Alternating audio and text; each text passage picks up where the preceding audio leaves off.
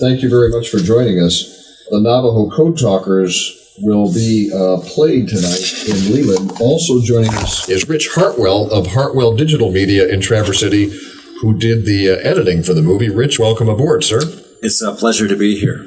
So, George, first of all, what drove you to do the research and then document the Navajo Code Talker story? Well, I am really honored to be a part, you might say, of preserving the legacy of the Navajo Code Talkers. I had never heard of them before that meeting in Santa Fe, New Mexico.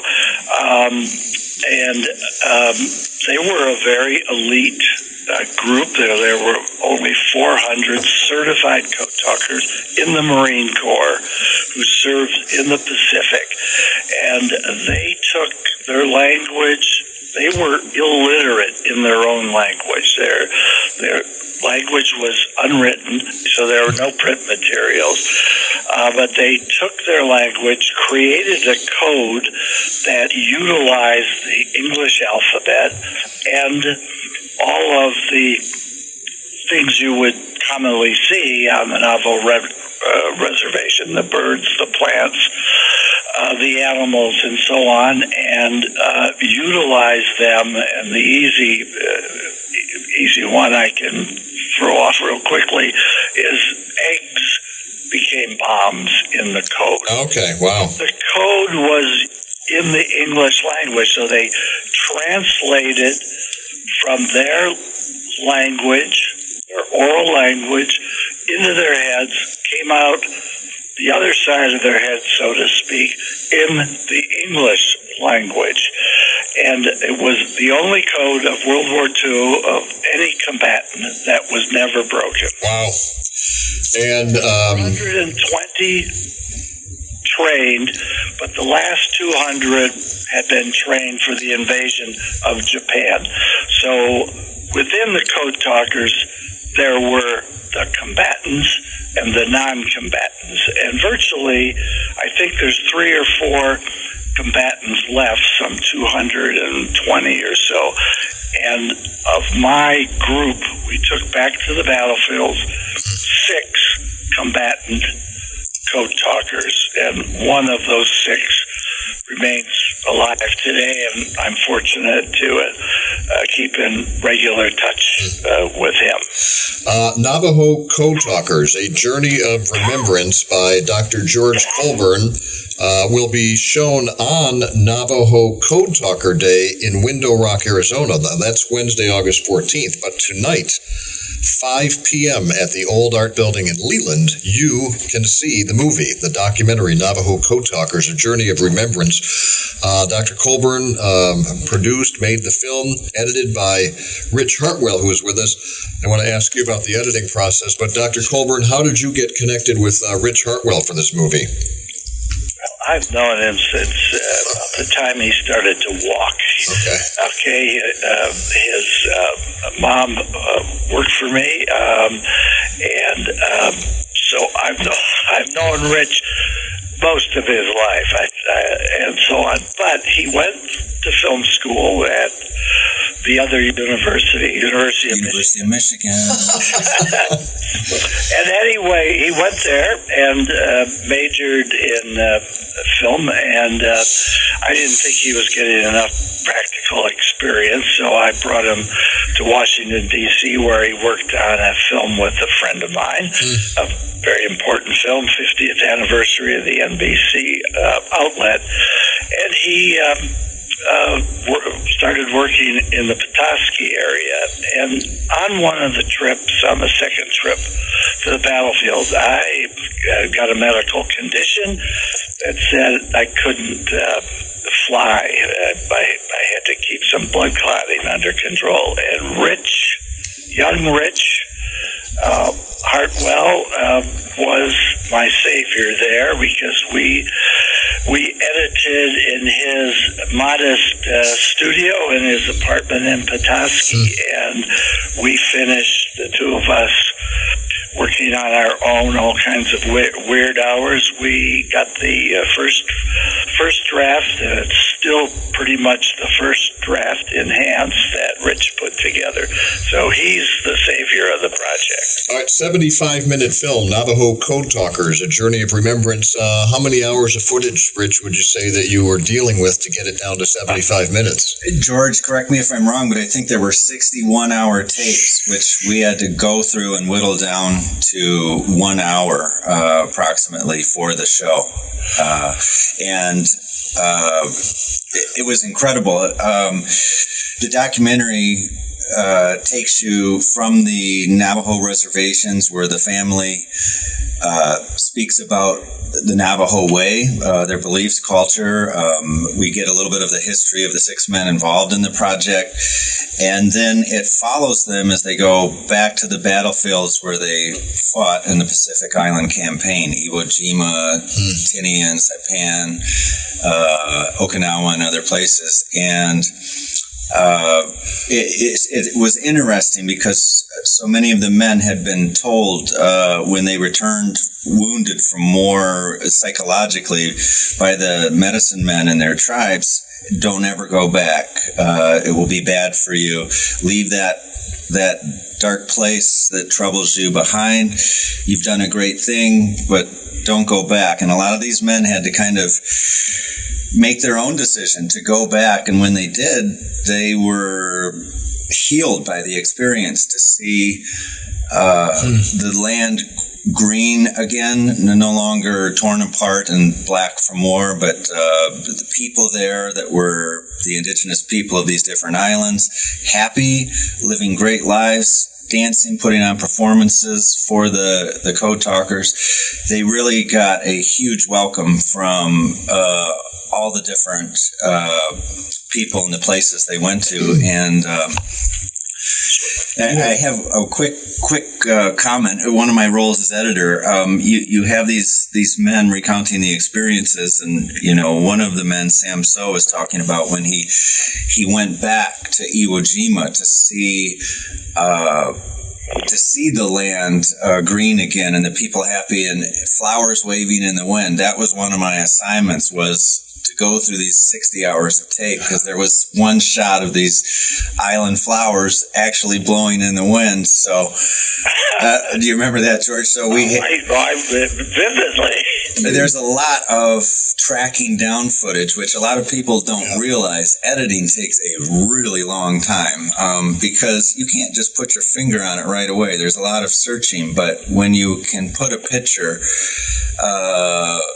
that helps tell the story over a talking head, it makes the documentary far more interesting. So did you have archival footage too, or was it all shot by? It was all shot by Vince Gansey, who I actually worked with in my Washington, D.C. Internship. One of the very best. Just amazing footage to work with. Like, there's no mistakes. I could choose any shot. When I go through my own footage sometimes in my business, there are some bad takes, but Vince's is all solid gold. So 6 of the code talkers have been interviewed for this documentary, and as both of our guests said, they take them from their roots, their home here in the U.S., back to where they were, where their codes helped the U.S. win the war, but obviously in a violent manner, as war is, and destroying some of the land, and takes them back to that land to see that it's peaceful and green and revived again. Ron, if I could just say, Richard, that was very good commentary. Thank you on that. This is a story of the transformation of these 6 men, because the final scenes, I mean, this is the truest documentary I ever worked on, but the final 17 minutes or so, Rich put together something where there's no narration. And these are the time with their family. They came back. I didn't have it in the budget to go back to the homes with the relatives, but we went back to all 6 homes, got family members together and said, what do you say about them now? Because we saw them transform family members, so that family members testify about the transformation, and it's a phenomenal film, I think. Well, people can go to the website. I'm just looking at the footage now. Beautiful footage. The NavajoCodeTalkers.com, and see some of the beauty of the land. But see the men here. 6 of these guys, got to be what, in their 70s, 80s when you were working with them, Rich? Yes, George would know better. They're in their 80s at that time. Yeah. We've the youngest one who's still alive, Sam Sandoval, turned 80 on Guam. He was the youngest of the 6. All right, so this is an opportunity to see the documentary tonight at the Leland Old Art Building, 5 p.m., and it's simply not shown on a regular basis anywhere, so it's a limited opportunity. George, you've had some of your documentaries on cable, on Discovery and History TV. Has this one ever been shown on any kind of channel like that?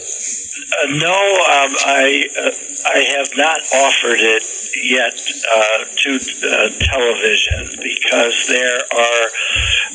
we want to go back into the raw footage, the raw high definition. This was an early high definition film. So we have it on standard def, which is fine for theaters and as such, and I've been showing it all over the country. It's a great honor for me to be invited by the Navajo Nation back again this year on what is a holiday on the Navajo Nation. It's Navajo Code Talker Day, and it's being shown there in the Nation History Museum in the Capitol. That'll be this Wednesday.